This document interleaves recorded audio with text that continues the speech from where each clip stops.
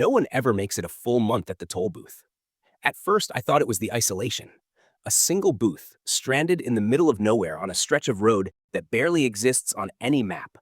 No houses, no streetlights, just miles of dark Montana wilderness pressing in from all sides, silent and watching. But it's not the loneliness that gets to people. It's the things that come to the booth at night. Some of them look human. Some don't even try. There are nights when the headlights on the road don't belong to real cars. They flicker in and out, appearing and disappearing like mirages, but the road never echoes with the sound of tires. There are times when a shadow stands behind the glass, its breath fogging up the window. But when you turn to look, there's nothing. And worst of all, sometimes the toll booth stops being a place. The road stretches forever. The world beyond the glass dissolves into something that feels wrong, stretched, twisted. The clock stops moving. The static on the radio isn't static anymore. The voices whisper things they shouldn't know. And the worst part? Once you're inside the booth, you can't leave until morning. No matter what happens. They don't tell you that when they hire you. They just give you a slip of paper. 5 rules. 5 impossible, terrifying rules. Break them, and you won't be here when the sun rises. I first saw the rules scribbled onto a crumpled sheet of paper, handed to me by the last guy who worked this shift. His hands were shaking. His face looked hollow, drained, like he hadn't slept in weeks. He didn't say a word, just pressed the paper into my palm and walked away without looking back. That should have been my first warning. I sat inside the booth, staring at the 5 rules written in uneven, hurried handwriting. The more I read, the colder my stomach felt, like something ancient and wrong had settled inside me. The 5 strange rules. Rule number 1. If a car pulls up with its headlights off, do not open the window. Do not look at the driver. Close your eyes and count to 30. Rule number 2. If you hear knocking on the glass, check the security cameras before looking outside. If there is nothing there, do not respond. If you see a person standing there, do not speak to them. They are not real. Rule number 3. At exactly 3:15 a.m., the road may disappear. Do not panic. Do not exit the booth. If you hear someone calling your name, ignore it. Rule number 4. Sometimes a black car will arrive. There will be no driver. The window will roll down, and a voice will ask for one more. Do not answer. Do not breathe. Hold your breath until the car leaves. Rule number 5. When your shift ends, leave immediately. Do not look back. Do not hesitate. If someone calls out to you from the trees, keep walking. It is already too late for them. I laughed when I read them. Not because they were funny, but because something about them felt wrong. Like the words carried weight, like someone had written them in pure desperation. Then the radio crackled to life. A sharp burst of static, followed by something else, something wet, gurgling, almost human. I snatched the radio, turning the dial, but it wouldn't stop. The sound crawled under my skin, deep and hungry. I slammed my hand against it, and the noise cut off abruptly. Outside, the trees did not move. There was no wind, but the branches twisted slightly, as if watching. I told myself it was just nerves. First night paranoia. Then, at 12:37 a.m., the first car pulled up. A black sedan. The headlights were off. I leaned toward the window, my breath fogging up the glass.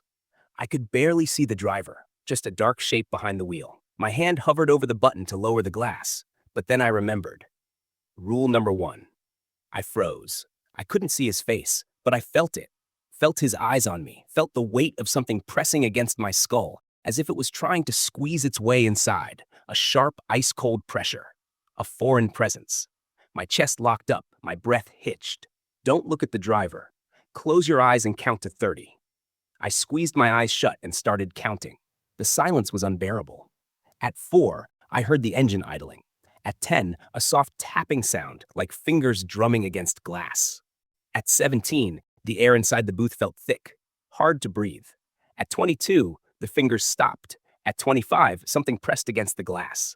A shape, a shadow, a face that wasn't a face at all.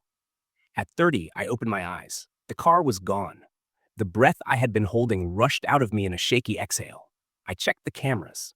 There was nothing on the road, just empty pavement stretching into the dark. But my stomach felt sick. The air felt wrong. Something had been here, and I had almost broken the rule. I forced myself to relax, but my nerves were shot. My hands trembled as I reached for my coffee, my ears strained for any sound. Then, at 1:43 a.m., Something knocked on the glass, sharp, sudden, right behind me.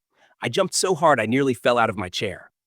My pulse slammed against my ribs, my mouth dry. I turned my head slowly. There was no one there. My mind screamed at me to check the cameras. Rule number 2. I flipped through the feeds, scanning the angles. The road was empty. The booth was empty. But something felt close. The knocking came again. Louder. Then a voice. Let me in. A shiver spiked down my spine. The voice was off. Not robotic, not inhuman, just wrong. Like a recording played slightly out of sync. I switched cameras again. Nothing. I didn't move, didn't speak. The voice laughed, a sharp, broken sound. Then, silence. The tension in my chest was unbearable. The next hours passed in a slow, suffocating haze. The radio whispered things when I wasn't listening. The road flickered in and out of existence, and just before my shift ended, a black car arrived. No driver. The window rolled down, and a voice whispered, "One more." I held my breath. The silence stretched. The air inside the booth crackled with something unseen. Then the car rolled away.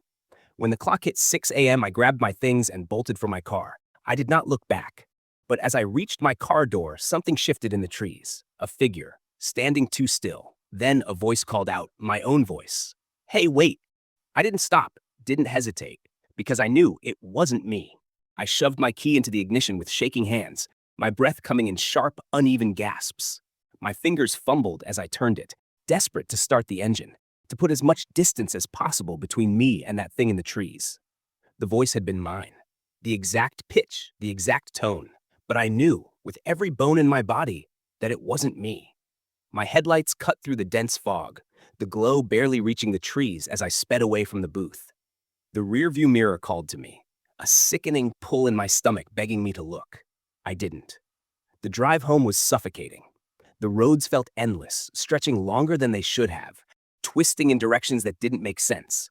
For a brief, terrible moment, I thought I'd never get home, that I'd be stuck driving in some unnatural loop, trapped between the real world and whatever nightmare the toll booth belonged to. But then, suddenly, I was outside my apartment. The transition was so abrupt I almost slammed on the brakes. One moment I was on an endless road. The next, I was parked right in front of my building. I sat there, gripping the steering wheel, trying to shake the awful sinking feeling in my gut. Had I really driven home, or had something brought me here? I didn't want to think about it. I forced myself out of the car, my limbs stiff with exhaustion. I just needed sleep, just a few hours. Then, I could pretend none of this had happened.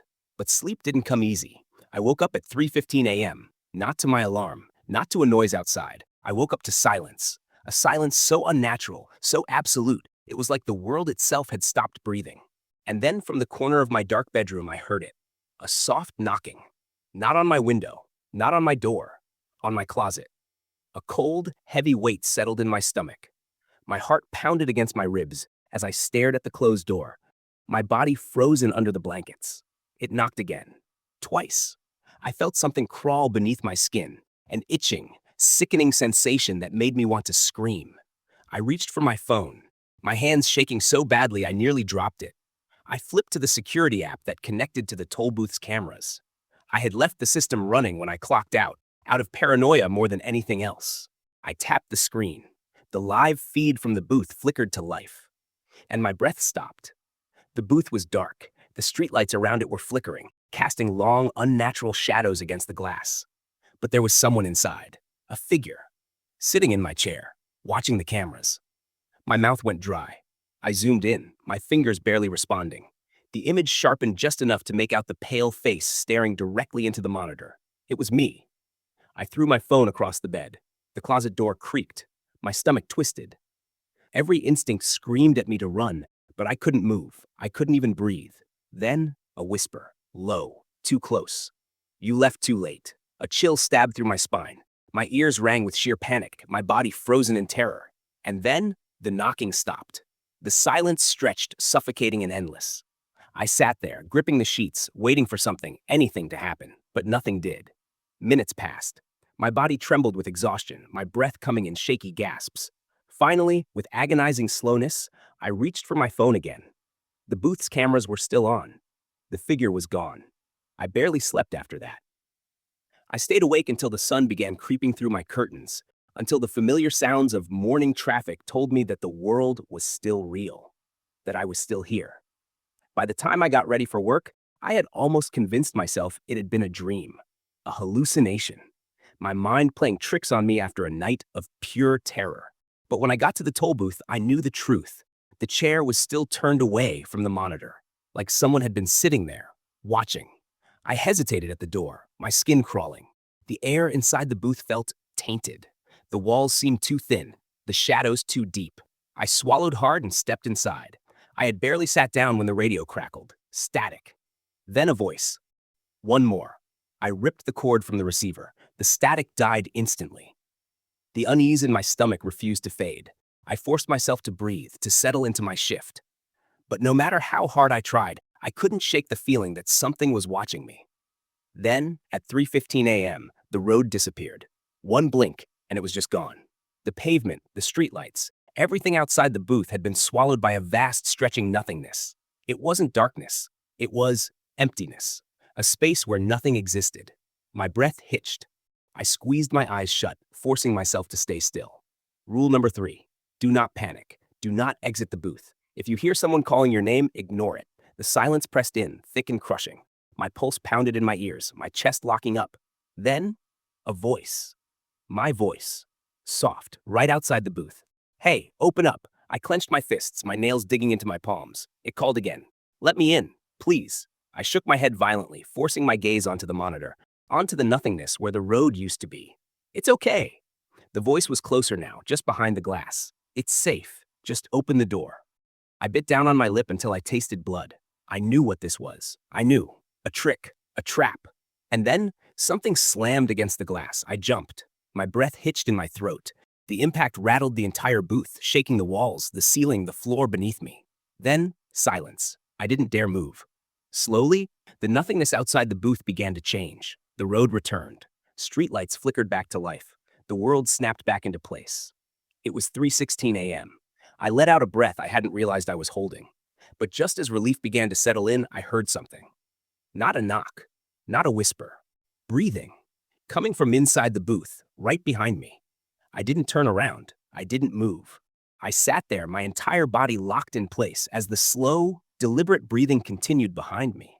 It was deep, steady, too rhythmic, too controlled, like whatever was inside the booth was waiting for me to acknowledge it. My fingers dug into my knees, my pulse hammering against my skull. Every instinct screamed at me to run, to throw open the door, and get the hell out. But I knew better. Whatever was behind me wasn't human. And if I turned around, if I looked at it, it would know that I saw it.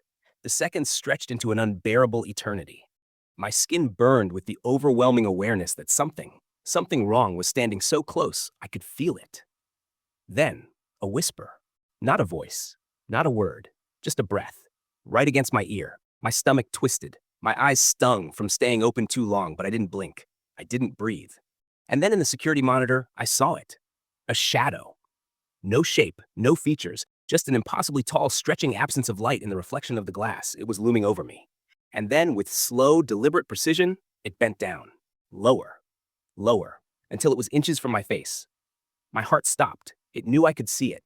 I bit my lip so hard I tasted blood. My hands shook violently, every muscle in my body screaming for release. But I stayed still. I focused on the cameras, on the booth, on anything but the thing behind me. And then it moved. Not away. Not outside. Under the desk. My breath caught in my throat. A slow, sickening shuffle. The barest drag of something heavy across the floor. Then silence. I didn't dare move. Minutes passed. 5, 10, 15. Nothing. I forced myself to breathe, to unclench the death grip I had on my knees. My limbs ached from staying locked in place for so long. Was it gone? Swallowing hard, I forced my head to turn. Just a little. Just enough to glance under the desk. Empty. The booth was empty.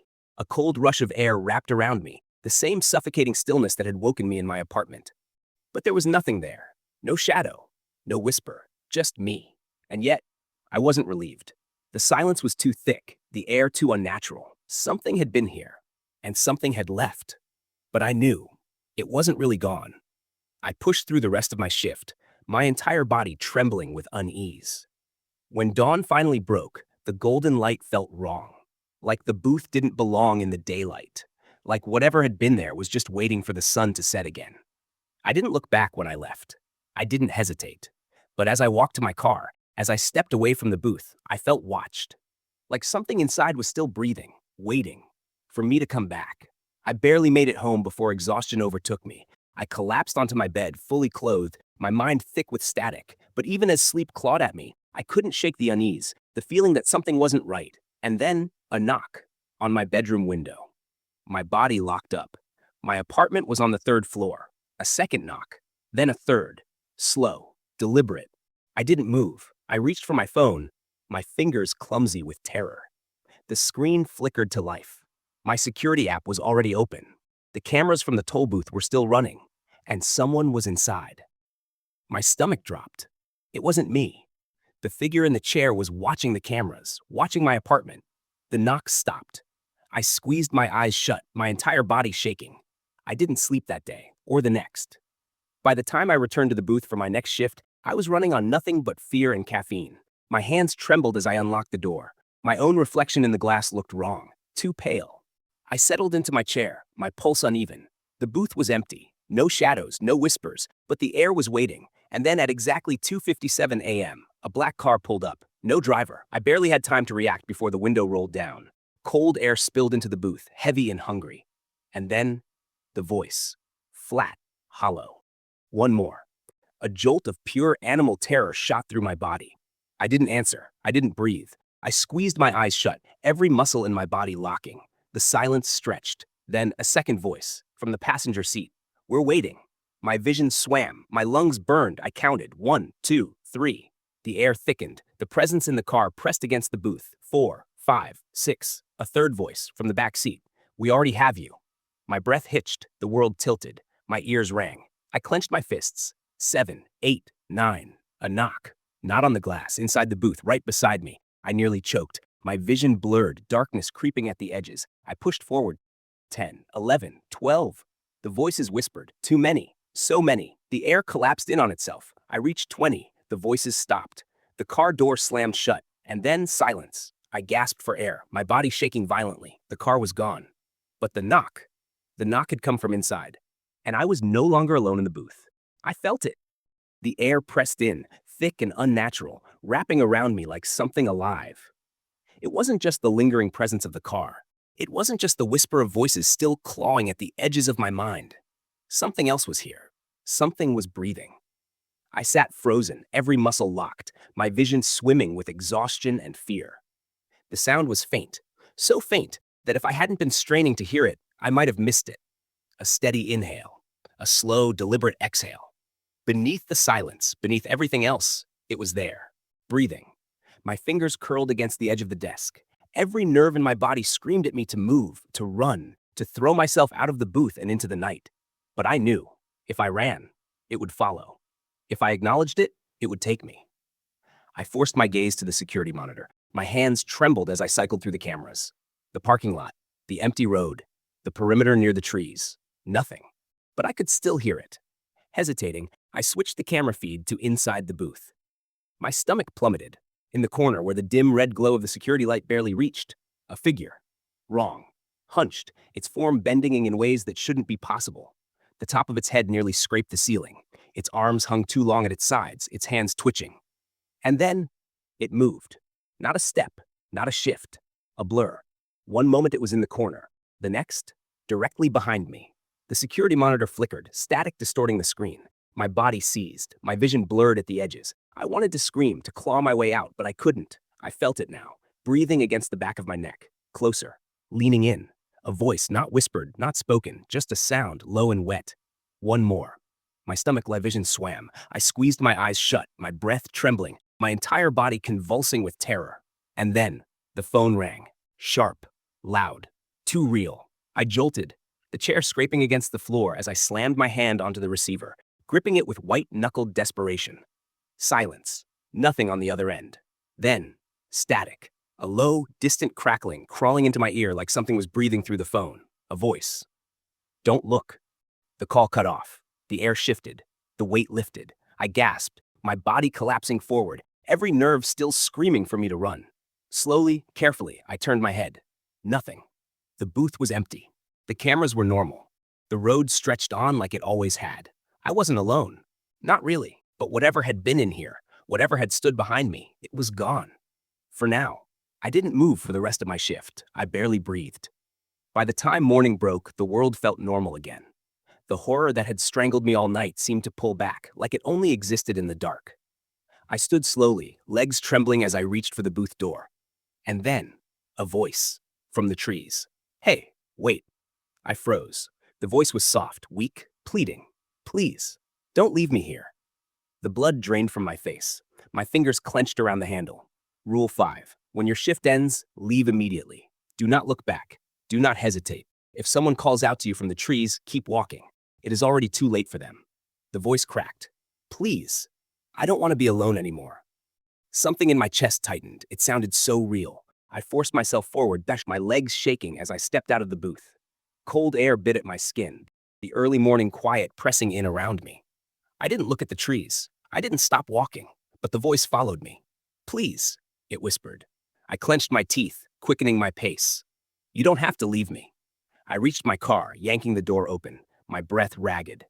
Hands shaking, I jammed the key into the ignition. Just look at me. The engine roared to life. And then, something slammed against the passenger window. I screamed. My head snapped to the side. A face, or something like a face. Its skin was stretched too tight, its eyes hollow and sobbing. Its mouth hung open, lips twitching like it was struggling to form words. It wasn't human. It never was. I threw the car into reverse, tires screeching against the pavement. As I sped away, I saw it in the rearview mirror, standing in the middle of the road, watching me. Its lips still moving, its eyes still empty, and then it smiled, a slow, broken stretch of skin, like it knew, like it was waiting. Because I had to come back. I had to come back tonight. That thought clung to me like a sickness. Even as the sun rose and life outside the booth resumed its ordinary rhythm, I felt marked. Like something had already decided I wouldn't leave this job alive. I barely slept. Every time I closed my eyes, I saw it. That thing in the rearview mirror. Its hollow, pleading expression. The way it had smiled at me, like it knew a secret I wasn't ready to understand. I told myself I could quit. I could ignore the next shift, block the number, never set foot near that booth again. But the moment 6 p.m. rolled around, I found myself back in my car, heading toward that cursed stretch of road. I wish I could say I didn't know why, but I did. Because the rules weren't just rules. They were a trap, and I was already too deep to escape. The booth was the same as I had left it. Small, lifeless, perched on the edge of something I couldn't fully understand. The world outside still looked normal, but I knew better. I settled in, keeping my breathing steady, my hands tense against the desk. The minutes crawled by, thick and heavy, until the clock struck midnight. The road stretched into darkness. The streetlights hummed with a sickly glow. And then, as if the world itself held its breath, the knocking started, sharp, precise, right against the glass. My stomach turned. I had been expecting it, dreading it. Rule 2. If you hear knocking on the glass, check the security cameras before looking outside. If there is nothing there, do not respond. If you see a person standing there, do not speak to them. They are not real. I reached for the monitor with trembling fingers. The cameras flickered, adjusting to the dim light. I cycled through the feeds, my heart hammering against my ribs. The lot, the road, the trees. Nothing. But the knocking grew louder. I swallowed hard and forced my gaze toward the window. A person stood there. Its face was pressed against the glass, its features distorted. Its mouth was stretched too wide, its eyes sunken deep into its skull. The knocking hadn't come from its hands. It had come from its teeth. It was biting the glass. I clamped a hand over my mouth, bile rising in my throat. The figure's jaw twitched, the sound of enamel grinding against the surface making my head pound. Not real. Not real. It blinked, and something inside its face shifted. A new set of eyes opened beneath the first pair, cloudy and unfocused. The mouth moved, forming words I couldn't hear. I squeezed my eyes shut. I didn't speak. I didn't move. The knocking slowed, soft, then softer, then silence. When I opened my eyes, the window was clear. The thing was gone. I exhaled a shaky breath and checked the monitor again. The cameras were normal. My hands trembled as I leaned back, my entire body tense with exhaustion. Then, a car engine. My blood froze. A black car pulled up to the booth. No driver. Rule 4. Sometimes a black car will arrive. There will be no driver. The window will roll down, and a voice will ask for one more. Do not answer. Do not breathe. Hold your breath until the car leaves. The passenger window lowered. I stopped breathing. A voice slithered through the empty space. One more. It wasn't loud. It wasn't aggressive. But it filled the booth, curling around my skull like invisible fingers. The voice didn't sound like a stranger's. It sounded like mine. One more, it repeated, softer this time, almost pleading. I clamped my lips shut, my lungs already screaming, my vision blurred. The booth felt smaller, the air heavier. The window stayed down. The voice whispered again. This time, I almost answered. A single breath, a single sound. That's all it would take. The moment stretched, endless and suffocating. My chest ached, my eyes watered. The car didn't move, it was waiting for me to fail. Just when my vision started to darken at the edges, the window rolled up. The car pulled away, disappearing into the night. I gasped, my lungs burning as I sucked in air, my whole body shaking. I had followed the rules. I had survived. But I could feel it. Something was wrong. The rules weren't meant to keep me safe.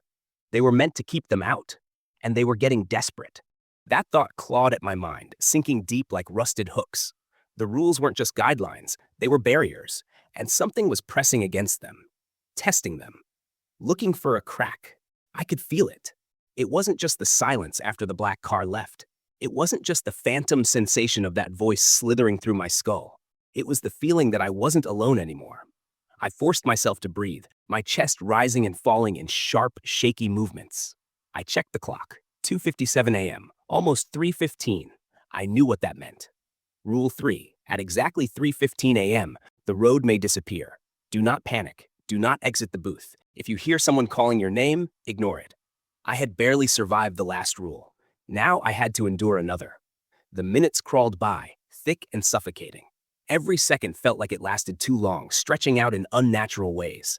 My fingers twitched against the desk, sweat pooling at the base of my spine. I kept my eyes on the clock. 3:12, 3:13, 3:14. Then, a snap. A soundless shatter like the world itself had broken in half. I turned to the window, and the road was gone. Not covered, not obscured, just gone. The stretch of pavement that should have led into the distance now cut off into an abyss of nothingness. Not darkness, nothing. My stomach twisted. The trees, the distant glow of headlights, the horizon itself, it had all vanished. The booth was floating in an empty void, an island stranded in a sea of non-existence. Then came the voices. Soft at first, familiar. Hey man, you there? My breath hitched. That was Kyle's voice. The guy who had worked this job before me. The one who had left without a trace. He had been gone for months. Come on, dude. The voice continued, casual, almost bored. You just gonna leave me hanging? No. No, this wasn't right. Kyle wasn't here. He wasn't anywhere. Another voice spoke, low and warm. My mother's. Sweetheart? I flinched. My hands curled into fists. Ignore it. Ignore it. The voices knew. They knew what would break me. Kyle? I called out before I could stop myself, my voice a fragile rasp. The moment the name left my lips, the air in the booth changed. The temperature dropped. The shadows stretched. And then, knocking. Not on the glass. From the floor. A hollow, rhythmic tap, tap, tap. My heart slammed against my ribs. I slowly, painfully lowered my gaze and saw fingers pushing through the cracks in the floorboards. Thin. Too long. Curling against the wood as if they were trying to pull something up. I jerked my feet back, choking on my own breath. The fingers twitched at the movement, sensing me. More knocking. But this time, from the ceiling. No. No, there was nothing above the booth. There was nothing there. And yet, tap, tap, tap. The wood groaned. Something was crawling over the booth. And then, the worst part, it spoke. Not from outside, not from the floor. From the radio. It crackled to life with a burst of static, and a voice seeped through, thick and wrong. It wasn't Kyle. It wasn't my mother. It wasn't even human. It was me. It mimicked my voice perfectly. But it wasn't me. Don't panic, it said. Don't exit the booth. Mocking, repeating the rule. Do you hear me? It whispered. Do you feel it? The weight of it? The thing underneath? The knocking on the floor turned into scratching. Long, slow drags of nails against the wood. The voice in the radio laughed. Let me out, it said. I shut off the radio. The knocking stopped. The voices stopped. The world snapped back into place. The road was there again, the trees, the horizon. The streetlights hummed as if nothing had changed. I swallowed, my throat raw. The clock read 3:16 a.m. I had made it. But the rules weren't just rules. They were a barrier. And something on the other side was trying to break through. That thought wouldn't leave me. Even with the road back in place, even as the booth returned to its usual stillness, something was different. I could feel it in the air, pressing down on me, in the way my own breath echoed too loud inside this small glass box. I wasn't supposed to hear my own voice on the radio. I wasn't supposed to hear my name in the dark. I checked the clock. 3:45 a.m. Too much time left on my shift. I had to hold on, follow the rules, just a little longer.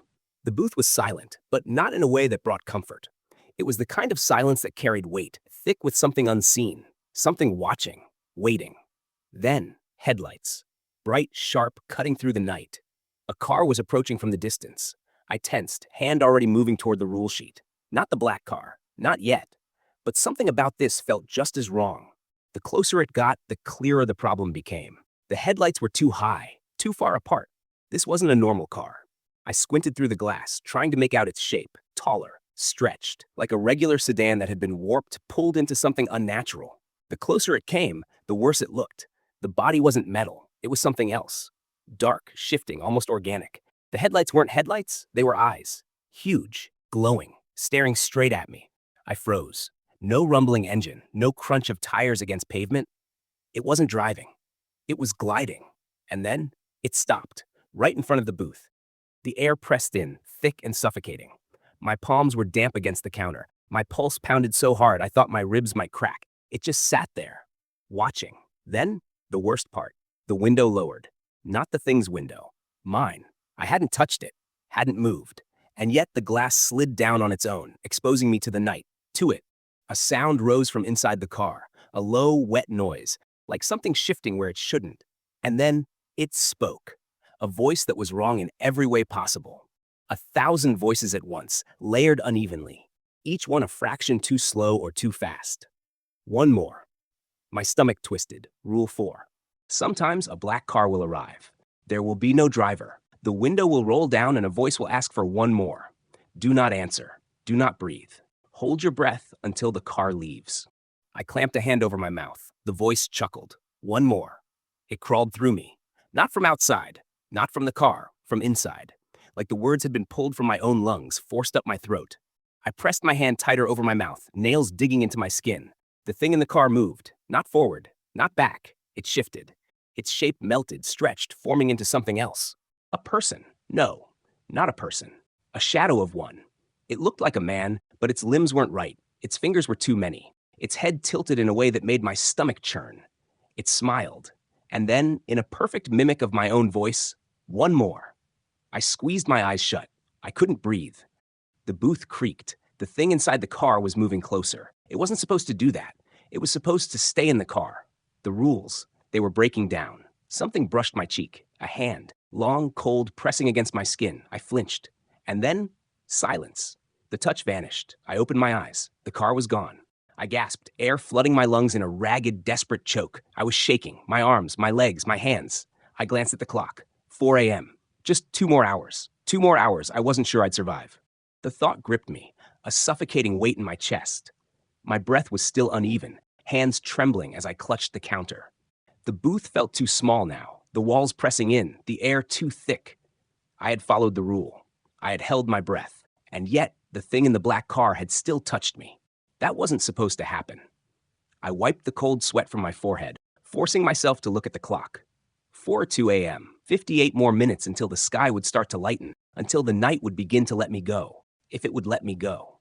I squeezed my eyes shut, trying to ground myself. My mind was slipping, unraveling thread by thread. The booth was supposed to be my safe space, my barrier from the things outside. But tonight, that barrier had been broken. And it wasn't over. Knock, knock, knock. The sound was so sharp, so sudden that I jumped in my seat. No, not now, not again. My entire body locked up, my skin cold with terror. The knocking came again, slow and deliberate, like whatever was outside knew I was already at my breaking point. I forced myself to breathe. Follow the rule. If you hear knocking on the glass, check the security cameras before looking outside. With shaky hands, I reached for the monitor, my fingers fumbling over the buttons. The feed crackled to life, grainy and flickering in and out. I scanned the cameras. Nothing. The booth was empty. The road was empty. But the knocking continued. Knock, knock, knock. It was right against the glass now, just inches from my face. My stomach twisted into a knot. The second part of the rule. If there is nothing there, do not respond. I forced myself to sit still, gripping the counter so tightly my nails dug into the wood. My heart was pounding against my ribs, each beat too loud. Knock, knock, knock.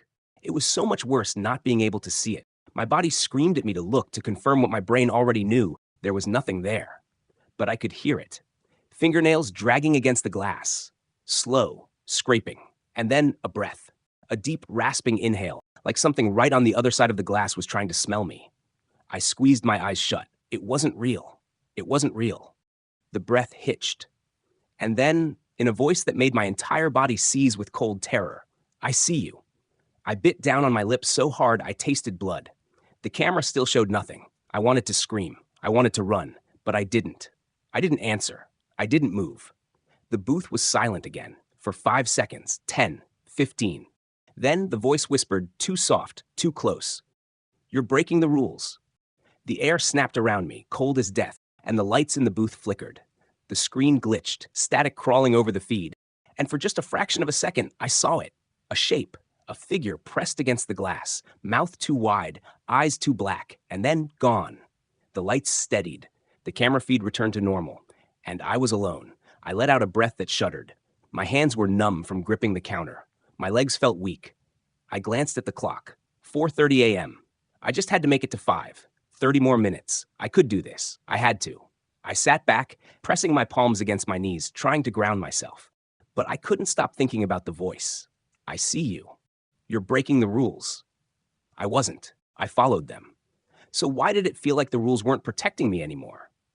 The thought churned in my gut like something rotten, but I didn't have time to process it.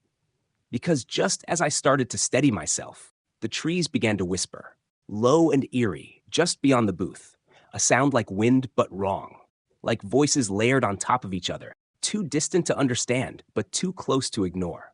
And then, something called my name. I froze. No, no, no, no. Rule 5.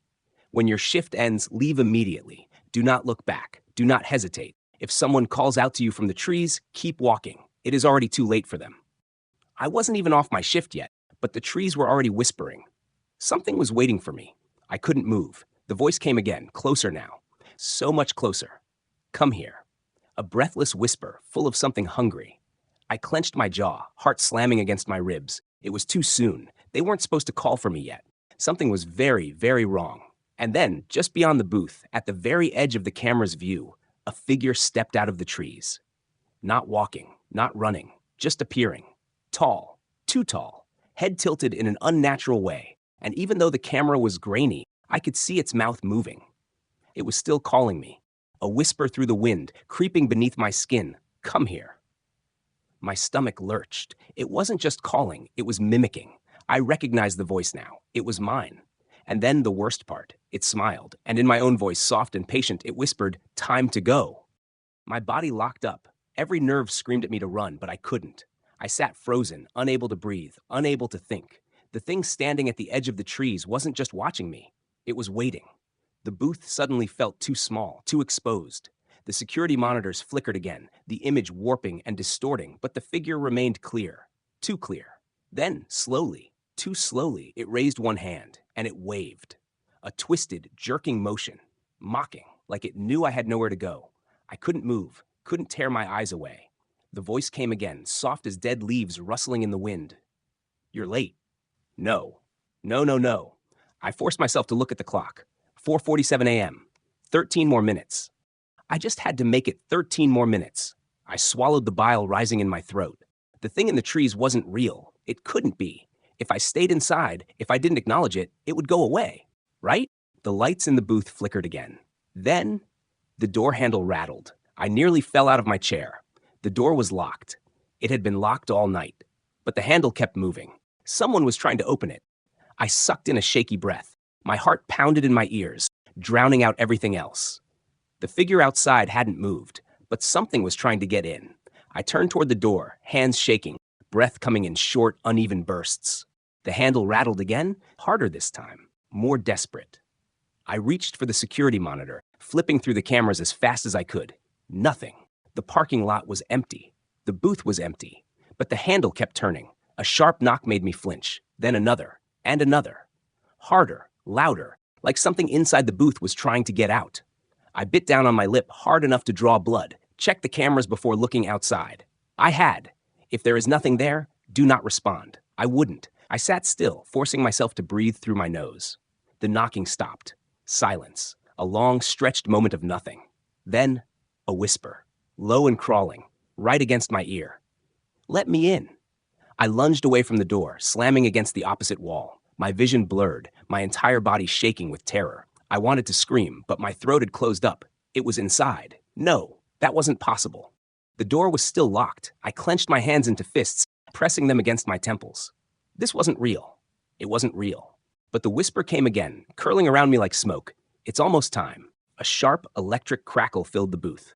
I spun toward the monitors just as they cut to static. All of them. Every single camera feed, gone. And then from the speakers, a voice came through. My voice, whispering, laughing. You shouldn't have stayed. I slammed my hands over my ears. 4:55 a.m. 5 more minutes. The monitors flickered. The cameras came back. But now, the road was gone. My stomach lurched. I stumbled forward, pressing my hands against the screen. The road had vanished. In its place, only darkness. Rule 3. At exactly 3:15 a.m., the road may disappear. Do not panic. Do not exit the booth. I had made it through that before. But this was different, because something was standing in the darkness, a shape, a shadow, not moving, not speaking, but waiting. I staggered back, hitting the chair behind me. I squeezed my eyes shut. This isn't happening. I opened them. The shadow was closer. My breath caught in my throat. The monitors glitched again. And now, there were more. Not one, not two, but dozens, lining the empty space where the road should have been, standing still, watching me. The speaker crackled again. And then, a different voice, a voice I had never heard before. One more. My entire body went cold. I knew that phrase. It was Rule 4, the black car. The one that arrived with no driver. A voice would ask for one more. I had never answered, never moved. But this time, I didn't have a choice.